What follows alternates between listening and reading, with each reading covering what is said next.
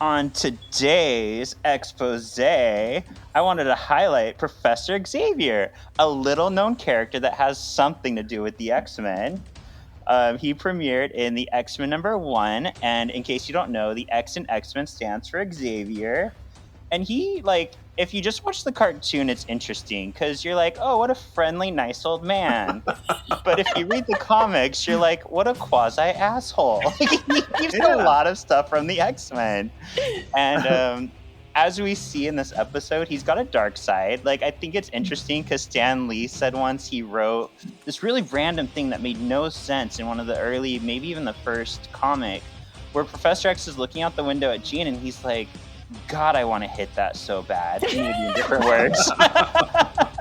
So it's interesting how this dark side and this love for Jean and Professor X ripping out Magneto's evil personality made a huge iconic villain Onslaught later on. So it's just kind of cool how writers picked up on that and carried this thread through. But we won't see Onslaught in the cartoon, Kevin. I'm sorry. Oh, for shame. I go where I want to go. Jean. Scott. Jean? Scott. I summon the Arctic winds. No more mutants! I summon the Arctic winds. No more mutants! I summon the Arctic winds. No more mutants! There's always more gators in the bayou. Don't get a Hello and welcome to this week's Solving for X. My name is Shawn, the ultimate excavationist. And I'm something of an X fan myself, Kevin. And I'm so excited because, we've got some big dick energy on this podcast, but we've got a lady with us today. How are you? That lady, where? I'm sorry. Is somebody else joining us? Surprising you with another guest, Shawn. You did not know who it was. I did not. But this is So Regina. Last week we had Dylan. This week we get Regina from House of X. Yes. So, Regina, what brought you into this whole world of X-Men? It's a long, complicated story, but the short version is my dad was a huge X-Men fan, and I used to I didn't read them, but I would just look at the covers of his comics all the time. And my mom made him sell his big box of comics when I was 8. So then I didn't see any comics around for a while. And then I went to a new school in middle school, and one of my classmates was looking at his trading cards. And I'm like, what the hell is that? Because those are characters I have never seen before. And he was like, oh, yeah, check these out. And the next thing I know, I'm at the comic book store, and I am just buying just scads of comics. And here I am all these years later. Do you have a character that stands out to you? Oh, basically all of my characters are the lady characters. But Rogue was I guess Rogue technically is my second love because Madeline Pryor is my first love. Yes.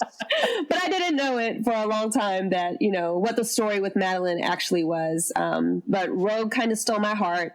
I'm from the South and she's from the South. So when I listened to the show, I was like, oh my God, I love this woman's voice. And back then I really did sound really Southern. I couldn't say daddy. I said daddy. Ooh. And I said sugar. And I couldn't use my R's. I was like, reading, writing, arithmetic. I am tingling all over. Oh my goodness. My nipples are hard. Okay. I cannot wait to hear your Southern accent come out as we go through this episode. And I'm sad that Rogue's not on it because I would bring it out of you. Because it comes out the most random times. And sometimes I'm at work and I'm using my customer service voice. And then all of a sudden it comes out and I'm like, stop. And I can't make it stop. That's fun. All right, Regina. So last week on our Previously On, we asked our listeners, where did Gambit go all dressed up while Rogue was away? So what are your thoughts? Where was this naughty Cajun? You know, Gambit is, at that time, even now, he's a bit of a player, so it's obvious he was out there just looking for some extra. He was looking for some strange, and it's fine. They're not married. So he even tells Jubilee, hey, I'm still going to be up all hours of the night. I'm going to be kicking it, chilling. I'm going to do this whether I'm by myself or not. It's true. Very true. Cool. Well, let's see what some of our listeners said. So, X-Men Children of the Atom series responded, Belladonna. I'm sure you enjoyed this one. Anthony Cortez said, the Hollowell Jubilee. Yeah. And then I liked this one too. This one was fun. From 817 Chaos Gremlin said, my place. Mm-hmm. And then Good. we also had from, I'm not sure how to pronounce this, but Puiov, Puiueov said, seriously, I have to start watching this with my mom, LOL, to see that black female Cajun something. So I think they're talking about the external in the Belladonna episode. Yeah, So that's they're right. probably assuming that that's where Gambit went to go to Belladonna. That would be Gambit. a time. I got your rang. I got your rang. Hey, maybe we'll see Bobby again. Yeah. I really thought Bobby was so cute. So cute.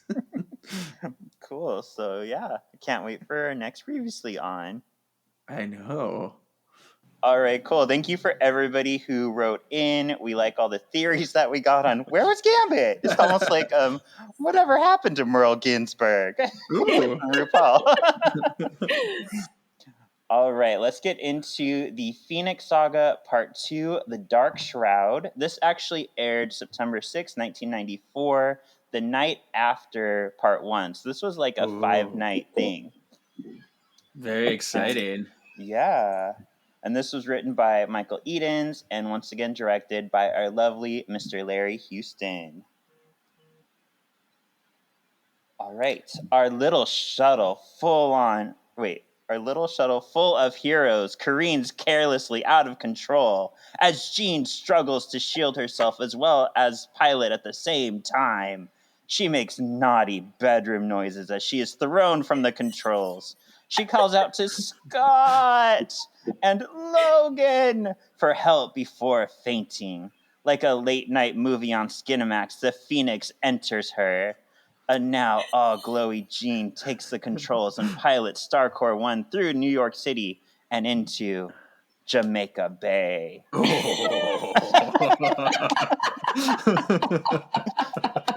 Thank you. That's what this podcast does to you. Now you know. Yeah. So I clocked the 90s moment. Did any of you notice this 90s moment? Man. You got mail. 90s moments. I missed it. Jean flies Starcore 1 between the two towers. Oh. Yeah. Yeah. Which was kind of a sad but exciting moment. Because I was like, 90s moment, yay! Oh yeah, that was not a good thing. I loved that she was driving with her eyes closed. She's like, oh!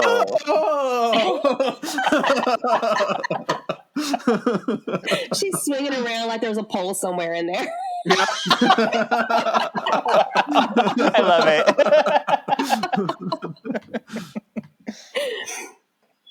So now underwater, the X-Men fight a deluge. It's just like they're having sex and there's pussy juice everywhere. Cyclops fights to open the hatch and Wolverine uses his can-opening claws. Waiting in the water, they are searching for Jean, but they don't have to look for long. Jean aerials up from the water and announces the iconic moment, "I am Phoenix," before falling back in. Logan and Scott save Jean from drowning as she's barely holding on. Yeah. And you're right. This is a super iconic moment. This is actually the cover of X-Men 101 of her coming up out of the water. There you go. Which I her love. moment is- Oh, go ahead. her moment is kind of stolen from her when she's like, "I am Phoenix." Ah, and then Phoenix back into the water. I won't do anything. Just tell you. I have to declare. But I love the random people that were like reacting to the show. They're like, "Wow!"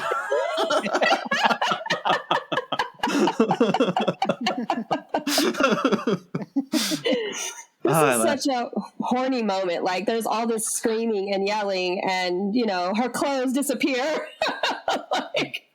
It was very like Sailor Moon to me. Like I always felt like a Sailor Moon transformation coming on. Like the bright lights and like like I just want to see the swirls and the fire, power, make up or whatever. Now, just as a quick teaser, I can't wait to talk about this, but it's not the right time. This is very controversial because Jean lands in the water, and Marvel did something later to say like what came up out of the water. So we'll talk about it more in the Dark Phoenix Saga. Ooh, okay. Wet your willy, Kevin. Yeah. Okay. Scene 3. The news reports on the shuttle crash on a Hospital TV screen. Scott, Gambit, and Jubilee are at Jean's side in the hospital. Jean seems confused as to whether she died or not, and who she is exactly. Jean or the Phoenix.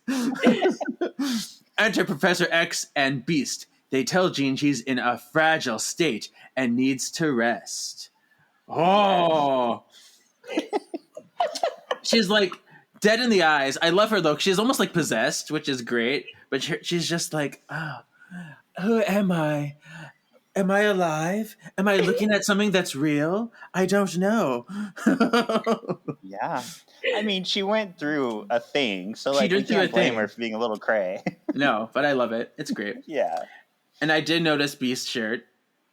Okay, I was going to ask that. Did you also notice it, Regina? Yes.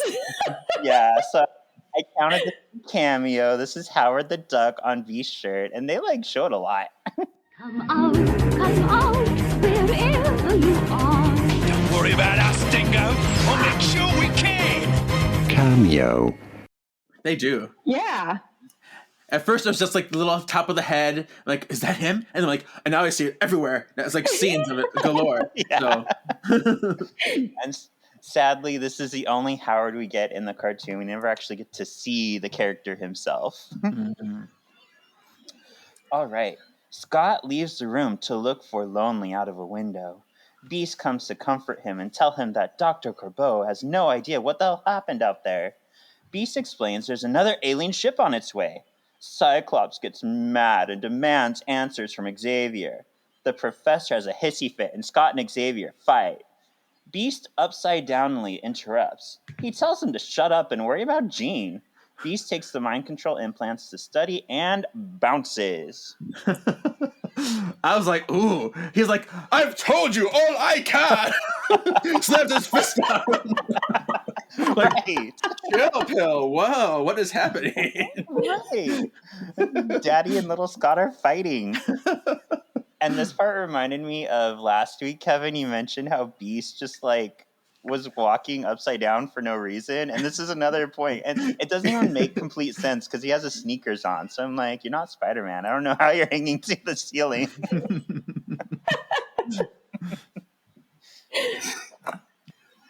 So for scene 5, as Beast leaves the hospital, he happens on Logan, causing a ruckus. Beast apologizes to his experiment and calls for a taxi to take them to a bar.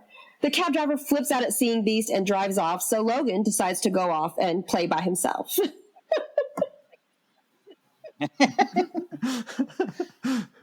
I was going to say and play with himself, but I thought that was too dirty for our show. Oh, really? Show. Oh, really? Of all the things we talked about. Okay. All right. So, yeah, this is Scene 6. Meanwhile, on the roof, Xavier goes to his jet. He enters it, chair and all. I love this. I put chair in the chair. I love this. Like, what a cool trick that was. Yeah. Just then, he is attacked by a psychic ambush trying to tell him something. The bug lady figure tries to ward him off of the Macran crystal. With the K in the middle. With the K in the middle. The intrusion breaks the professor and he crashes the jet. A dark cloaked professor emerges with a fancy little cape on, and he reaches out psychically to check on his teen. And we get the evil, weird Professor X scream that I don't like. I don't like when he screams. You always like the screams. It's weird. Oh, never mind. We don't like the screams. So, good thing he has the cloak, so we know which one's good and which one's evil. It's my evil-ability cloak. Yeah. And I do want to point out, this is a thing. This is a reoccurring thing that the evil professor comes out in the comics. So the first time he comes out is in the Phoenix Saga and Uncanny X-Men 100. It's slightly different because he pits the new X-Men against the old X-Men. He convinces both sides the other is a fraud, and he forces them to fight to the death. But they figure a bitch out. They win against Xavier. He just likes having double teams, that's all. Yeah. He's a double teamer. Logan is on the subway, alone. He sees Yuriko, the next car, and goes after her. The lights turn off, and he's attacked first by Sabretooth, then Deadpool. Then Deadpool changes into the Professor and blasts him from the train. Xavier calls Wolverine an animal and tells him he's disappointed in Wolverine. Logan hears Jubilee struggling and goes to save her, but it's a trap. Logan narrowly misses being hit by the next train. Yeah.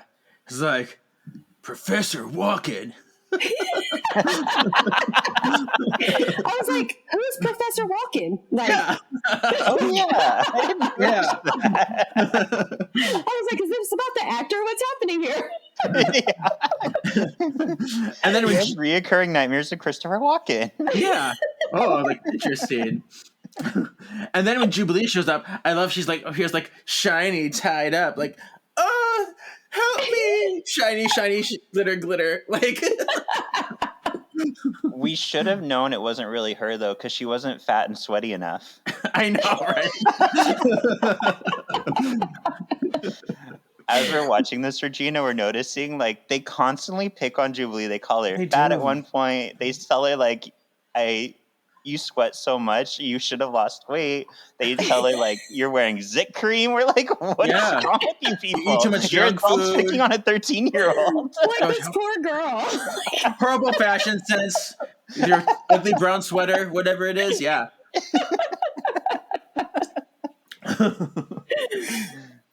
Scene 8. Wolverine exits the subway to street level. He finds Gambit flirting with a girl with Jubilee in tow.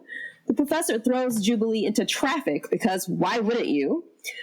Logan narrowly saves her, and Gambit attacks the cloaked professor but is easily subdued. Wolverine and Jubilee attack, but the professor vanishes. He appears above them and announces his plan is to destroy the X-Men. I created you and I can destroy you. He was scary this episode. I'm just like, I just get all the creep factors. Yeah, all Yeah. of them. Yeah. And there's so many levels to his creepiness. Right? All the degrees. I think the creepiest I saw him is there's an alternate reality where he was like using his power to telepathically force Emma Frost to sleep with him against her will. Yeah. So he could be pretty creepy. The ickiness. Yeah. Storms at the top a bridge to summon the elders. Oh, my charmed love. I did that for you, Kevin. I appreciate that, even though we hate the elders so much. Elders are dicks. But she is so regal up here. I love her sitting there and her like little, arm breezy things like, flying up there. So beautiful. She gets a call from Jubilee to come help them. She immediately flies to their aid.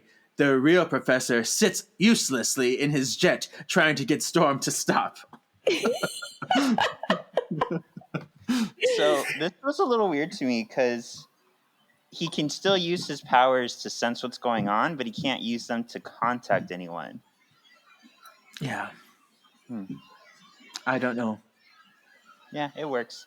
We'll just go with it. Just like it makes as much sense as him walking in the Savage Land. We'll just go with that. There you go. Yeah. I mean, he's kind of a voyeur, so he's just kind of like, well, I just want to watch. I just want to see what's going to happen, so I'm not actually going to do anything. I'm just going to sit here and whine about it. Yeah, that sounds about right. Back at the battle, the real professor psychically watches as the Plur professor fights Gambit while telling him he can't be trusted. We should The probably police show up. We should probably tell some for X people what that is if they haven't listened to Hanging with the Hallowells. Oh, that's true. So when we were talking about parallel characters, we shortened it into Plur characters because of the show Drawn Together. Together. Oh, Plur. So Plur means parallel in our universe. In our stupid language universe. Yeah. Got it. Jubilee tells them to arrest the Plur professor, but they can't see him. More cops show up. Wolverine prepares for battle, but Storm shows up just in time to squirt some mist to cover their escape. Ew. So we got Storm topping and squirting, like.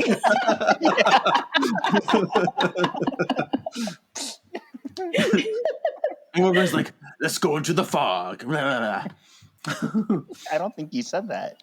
He said something, maybe not exactly, but he said something about let's go into the fog. I don't know what the line was exactly, but He says something like that, so yeah.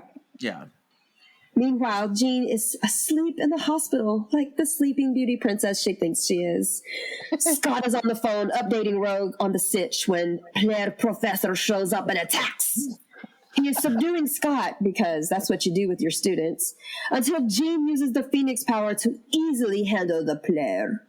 Jean scans for the professor and finds him unconscious on the roof. She attempts to reach Xavier with her mind as Scott calls out for the rest of the team.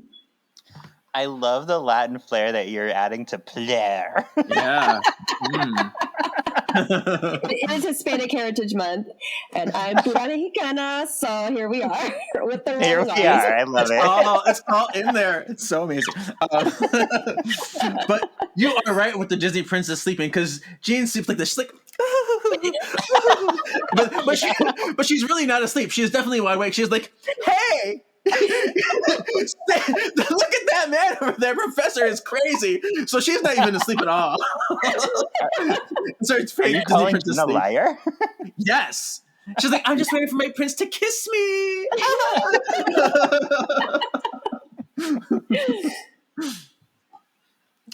All right, 12. Da-da-da-da. Meanwhile, on the rooftop, Scott and the X-Men find the professor unconscious in his jet. Xavier explains that the probe from space ripped out the dark side of his nature and left him useless. Unbeknownst to the X-Men, Eric the Red watches them from space. He says that Xavier is the key to taking down the X-Men. Laughter. So many voyeurs, so little time. All these peeping toms. Reminds me of high school. So yeah, I think this is cool that they're showing this episode to us on the cartoon, because it just goes to show, like, Professor X is the most powerful telepath on Earth. So if he loses control even for a second, it's chaos. It's chaos. All right. In an alley for reasons, Xavier meets with the team sans Rogue. He explains that until he fully regains control, he's going to go to Muir Island to rest with Moira. He leaves Cyclops in charge. Rude.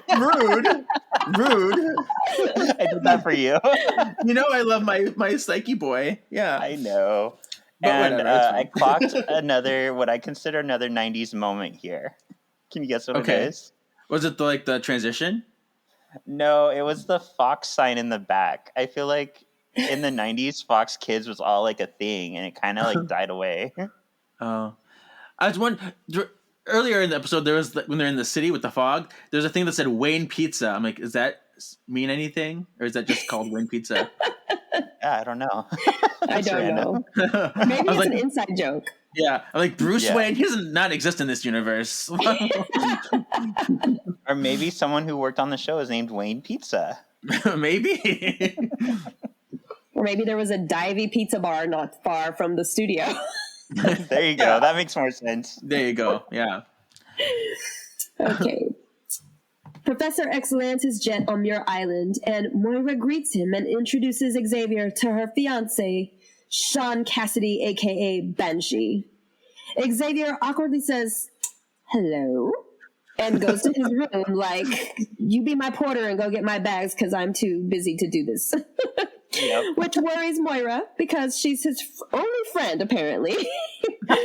Later that night, Xavier reaches out to the weird bug lady who he feels can cure his loneliness. He is enveloped by the lights. He stops fighting the alien and reaches out to touch it.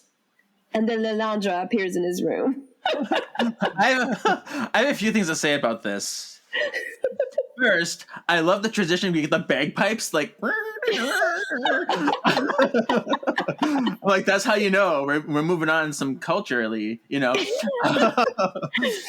But then I love that when he meets, she's like, this is Banshee. He's like, how fortunate.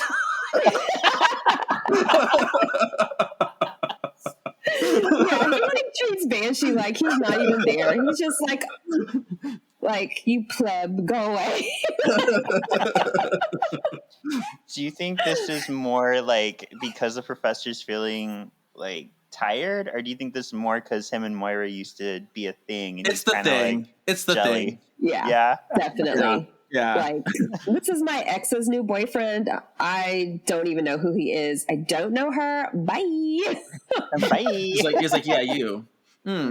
How fortunate. He's like, that's great. You guys found each other, but I want to go get it on with the bug lady. I'll be in my room. Have lotion. Oh, and Lalandra. So this is the first official time we see her without her bug lady helmet. So she first appeared in Uncanny X-Men 97, where we also met Eric the Red in February of 1976 during the Phoenix Saga. Ooh. Yay!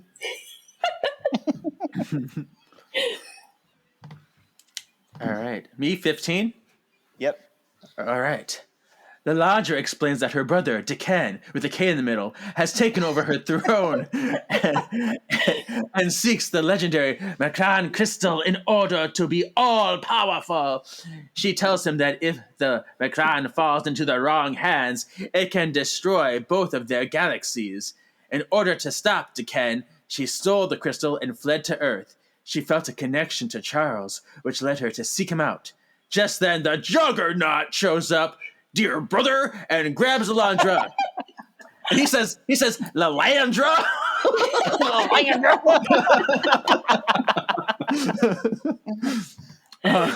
But I love her. She's like, when Lalandra's talking to Xavier, she's like, it's like love. I'm like, ooh. Hey, she's not shy about this. Yeah. Let me touch you. Yes. We'll wait until we see her not kid appropriate outfit that she wears. These are some sexy aliens between Eric the Red and Lalandra. Yeah. Yes. Let's get the cosplay. Ooh. Yes. All right, so that gives us our episode 2. So, Kevin, would you say this is extreme or X out? I will extreme it. Yeah. Wow. I mean, it's definitely less about the Phoenix in this than I was expecting it to be. I was like, oh, she's barely in this episode, but sure. But I don't know. I had a good time with it. I was entertained. Yeah. All right, Regina, extreme or X out? I would say extreme too. This is probably one of my favorite episodes of the entire animated series, just because it's so quotable. Like, there's just so many great quotes in it, and it's fun. And when Jean comes out of the water, like, I don't know, that was my total girl power moment. I was like, yes, let's do it. So this is, like I say, I really love this episode, and we get to see Lilandra for the first time. I love sexy space people. They are so hot, so I'm all about it. Oh, wow. I didn't know that was a fetish, but here we are. Apparently it is. Me, space birds, and redheads. I don't know what it is. There you go. Yeah.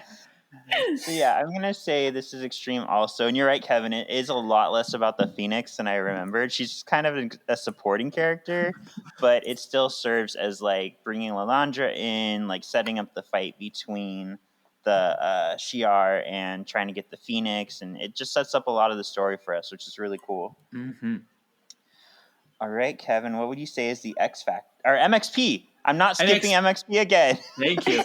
NXT. Most excellent player. Yes. I'm going to say Beast. I know. It's because I think he really kept a level head. He kept his cool the entire time. He was never like really aggressive or angry or, and he's just very like chill. And he was making very wise decisions. He kind of was the mediator between Xavier and Scott early on. He even put his science on hold to help Wolverine in the alley with his tantrum. Like, he was doing some good stuff. So I'm going to give it to Beast. I could agree with that, but he's not my MXP. But Okay. you make some very interesting arguments. All right, Regina, who's your MXP? I think it's going to be Wolverine, just because he was the first one to really understand that something's really wrong with Xavier, and it's not Xavier. So there's something else going on in the background. And so he's like, all right, team, we got to pull together and figure out what the hell's going on here. Yeah. For me, I'm going to say Lilandra, because hearing her backstory, the fact that she saw the danger coming, she stole the crystal, which was not easy to do, and she's so powerful, she like overpowered Xavier. Like, she's pretty badass in this, and she sets up a good story. Nice. All right, what's your X Factor, sir? My X Factor is the iconic Phoenix out of the water moment, obviously. I mean, it's so pivotal. It's so recognizable. It was beautiful. I mean, it's the only one, really. Fine. I totally agree. Like, that is the moment that I was waiting for. As soon as I knew that they were going to present the Phoenix Saga, I was like, I can't wait to see that part. And I got that part, and I got the voice, and I could watch that on a loop like 1,000 times, and it's just iconic.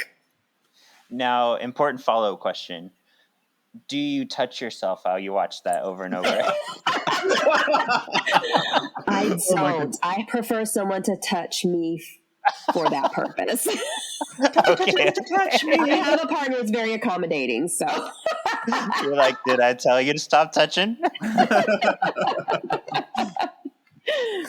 So just to dare to be different, I do love the Phoenix part, but my iconic moment is the official introduction of Lilandra, just because she like goes on to be a huge part of the X-Men lore, to the point where, spoiler alert, her and Xavier even have a daughter together, and she's a pretty big character. Yeah. Yeah. All right, sexy Xies, for the previously on question this week, we want to get your opinion. Why does Xavier shun Banshee the way he does? Any thoughts from us on the podcast? I mean, I think we already talked about it. I think he's just a little jealous. Like, she has another little boy toy friend, like, it's like, oh, that could have been me.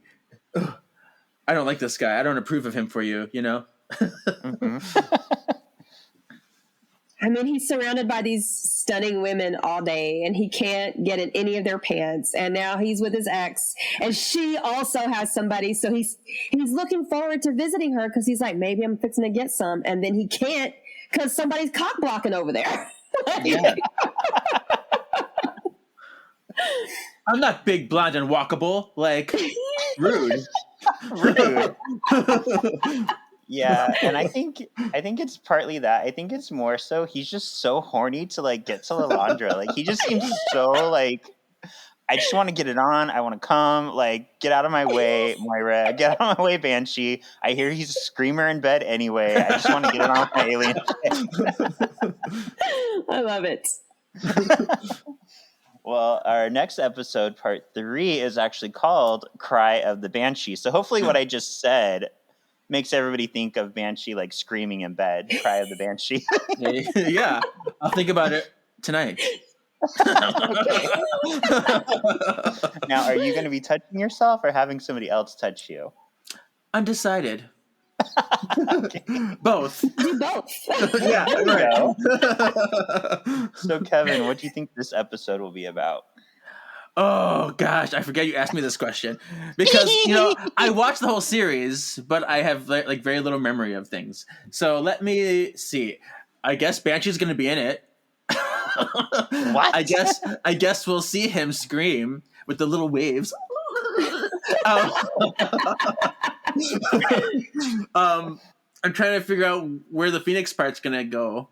Are we gonna go into space finally for reals? Like, are we gonna start doing stuff in there? That's what I'm waiting for. Like, when's that happening?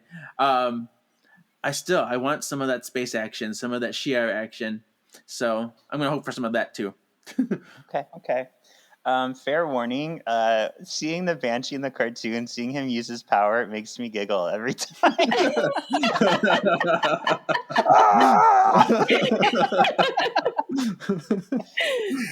Cool. So, Regina, for all those people who cannot get enough of you, where can they find you?